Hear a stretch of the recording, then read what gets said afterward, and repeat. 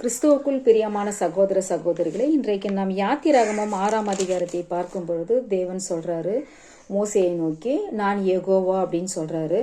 நான் சர்வ வல்லமுள்ள தேவன் என்னும் நாமத்தினால் நான் ஆபிரகாமுக்கும் ஈசாக்குக்கும் யாக்கோபுக்கும் நான் தரிசனமானேன். ஆனாலும் யெகோவா என்னும் நாமத்தினால் நான் அவர்களை அறியப்படவில்லை அப்படின்னு சொல்றாரு. நம்ம 3ஆம் அதிகாரத்தில் பார்க்கும் பொழுது தேவன் சொல்றாரு, நான் இருக்கிறாகவே இருக்கிறேன் அப்படின்னு சொல்றாரு.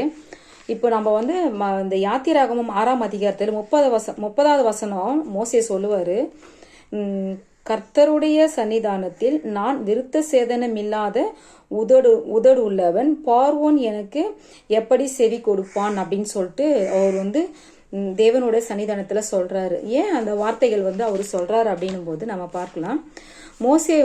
மோசே சொல்ற வார்த்தைகளை இந்த இஸ்ரவேல் ஜனங்கள் கேட்கவும் இல்லை, அவரோட வார்த்தைகளை அவங்க விசுவாசிக்கவும் இல்லை. அவங்க எல்லாவற்றையும் மறுக்கிறாங்க. அவர் சொல்லும் பொழுது அந்த வார்த்தைகள் அவங்க மறுத்து கொள்றாங்க.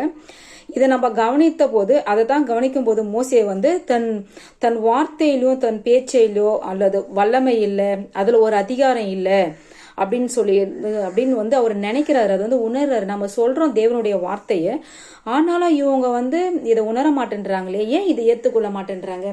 அப்போ நம்ம சொல்ற வார்த்தை வல்லமை இல்லையா, அதிகாரம் இல்லையா அப்படின்னு சொல்லிட்டு அவர் என்ன பண்றாருன்னா, உணர்ந்து தான் போயிட்டு தேவனோட சன்னிதானத்துல அவர் போய் சொல்றாரு, நான் பேசுகிறத பார்வோனோ அல்லது இஸ்ரவேல் மக்களோ தேவனுடைய வார்த்தையாக மதிக்கிறதே இல்லை. அவங்க மதிக்கிற எந்த ஒரு அறிகுறியும் இல்லை. நான் சொல்லும் போது அவங்களுக்குள்ள எந்த ஒரு மாற்றங்களும் இல்லை, ஒரு பயம் இல்லை.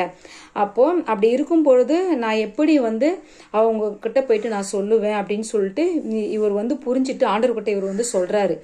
அதனாலதான் அவர் என்ன சொல்றாருன்னா, நான் விருத்த சேதனம் பண்ணப்படாத உதடு உள்ளவன் அப்படின்னு சொல்றாரு. அதோட அர்த்தம் என்ன அப்படின்னா, நான் தேவனுடைய வார்த்தையை சொல்லும் பொழுது இந்த மக்கள், இஸ்ரவேல் மக்களும் சரி, இந்த பார்வோனும் ஏன் அதை புரிஞ்சிக்க மாட்டேன்றாங்க? என்னோட வார்த்தை இல்லை, இது தேவனுடைய வார்த்தை தான் அப்படின்ட்டு அவங்க ஏன் புரிஞ்சிக்கல அப்படின்னு சொல்லிட்டு இவர் தேவனோட ஆலயத்துல இவர் சொல்றாரு, தேவனுடைய சன்னிதானத்துல இவர் சொல்றாரு.